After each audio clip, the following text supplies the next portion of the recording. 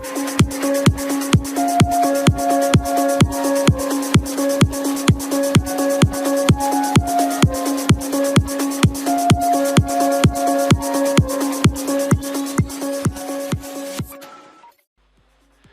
everyone, I'm back with another photography video, and today I want to talk about this guy, the Fuji X T10.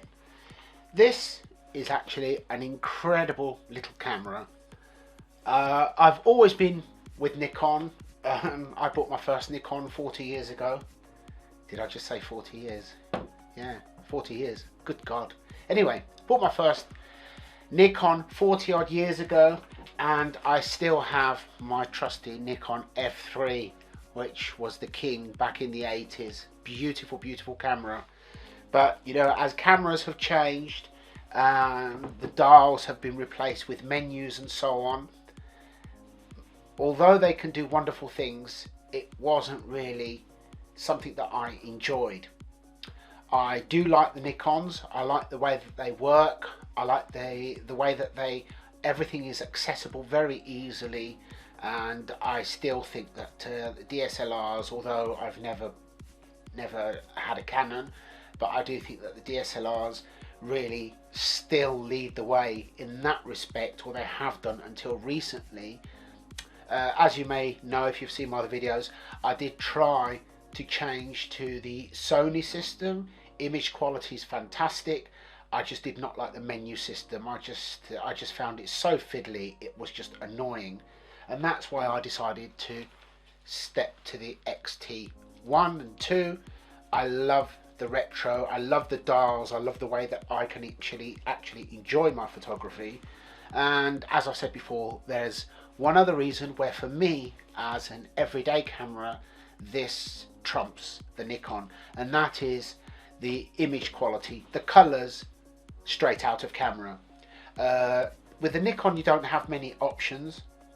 You just have monochrome, portrait, vivid, and that's it really. You end up shooting everything raw, and if you're out just shooting for fun, whatever it may be, you go home, you have a few hundred shots, you've got to sit and mess about with all of them, or you literally shoot in JPEG, and they're a compromise because they're not really how you would like them.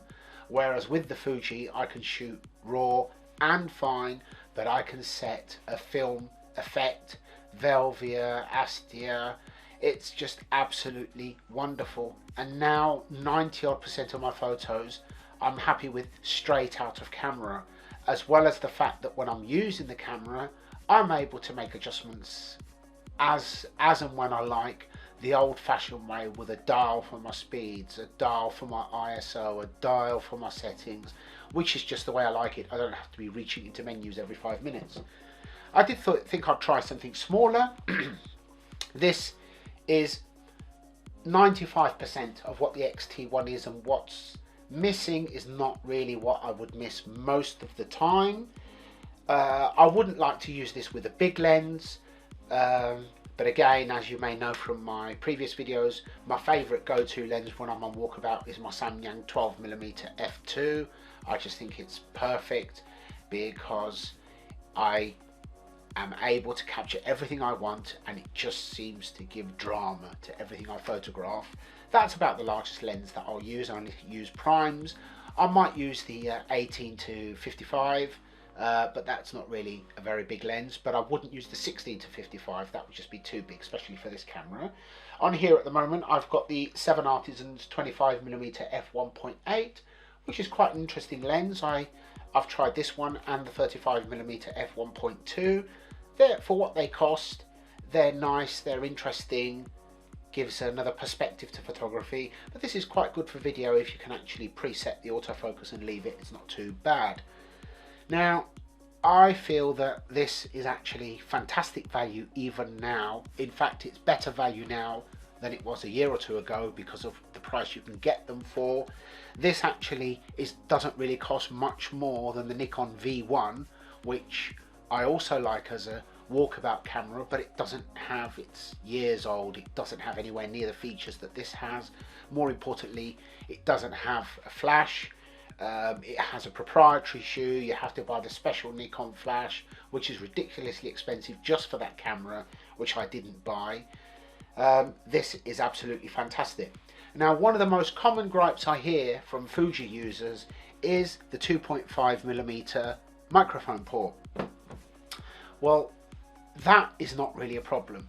The only problem I would say is that Rode don't make one of these. You can get one of these online, 3.5, 2.5.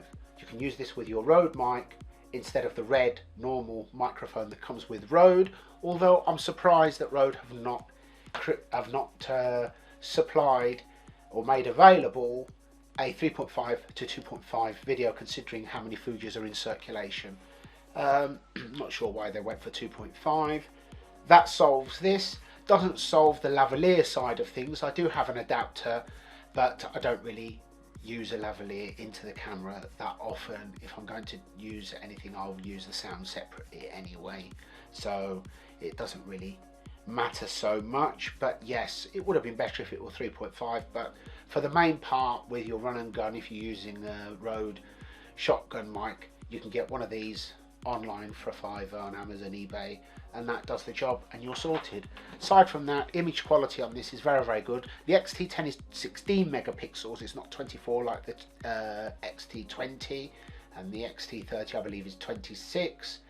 The key is, as I've said with the D7000, which I'm filming this on, are you upgrading just for the sake of upgrading?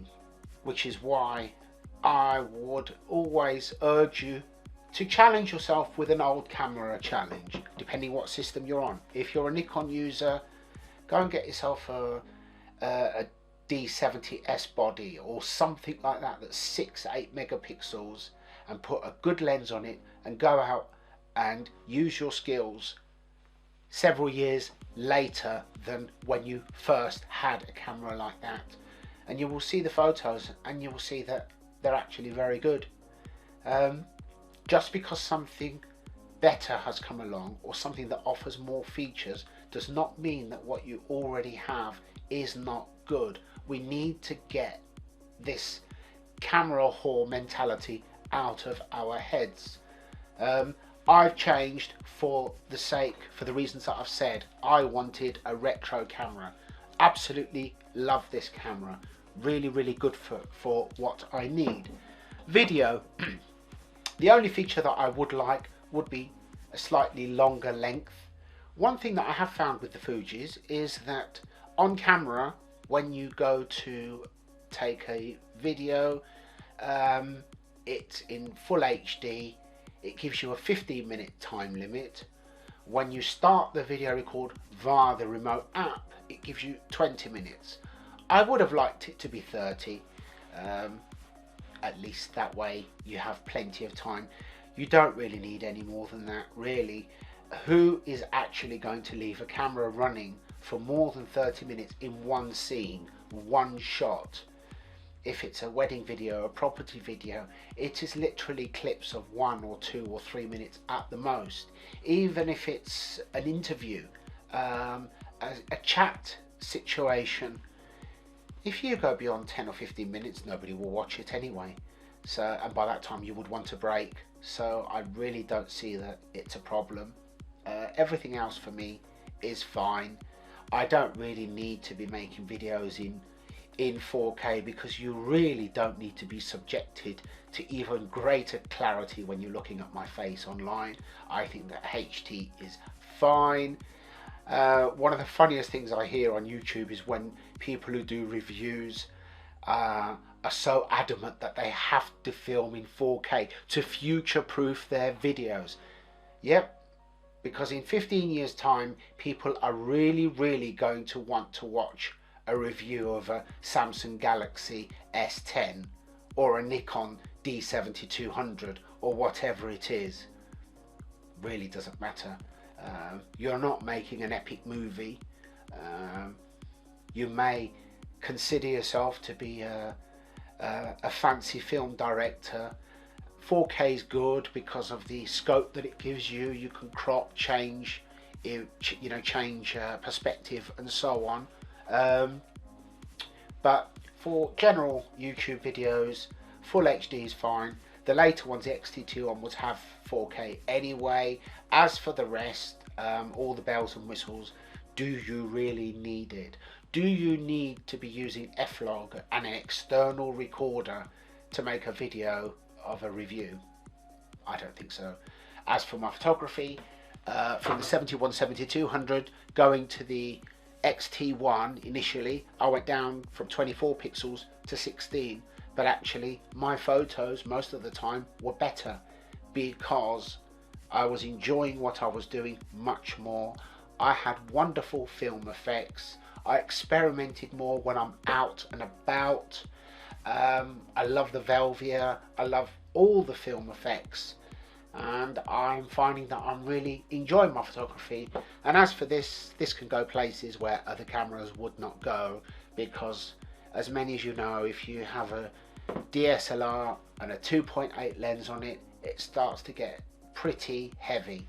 Whereas if you have one of these and a couple of prime lenses, or the standard zoom, the Fuji standard zoom, which is probably the best standard zoom out there at the moment, you have to pay significantly more for only slightly more performance.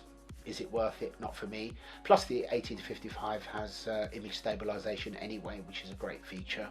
So I tend to stick with primes, and I'm enjoying my photography. So if you're actually thinking what do you need, I think an XT10 is very good. The XT20s are becoming much better value. Is it worth paying £1,000–1,500 to go and get an XT3, XT4 that's coming out soon? Do you really need it, or is it just something that you want? But if you want to have a tool to take very good photos anywhere without the cumbersome weight, the XT10 is wonderful, and the XT20, XT2 even better still. And as the prices are coming down, they're becoming better value. But for me, I wouldn't be prepared to pay the cost of upgrading to a brand new XT4 and paying £1,500–1,600, and taking a hit of what, £1,000 in a year for what? For a few features that I'm just going to show that I have but probably never use. So please feel free to share your thoughts with me. No point me showing you photos. There's plenty of those online. You know what these cameras can do. You know the specs. I'm just talking about the usability and why I like these cameras and why I changed to the Fuji system. Alright, see you on the next video. Bye.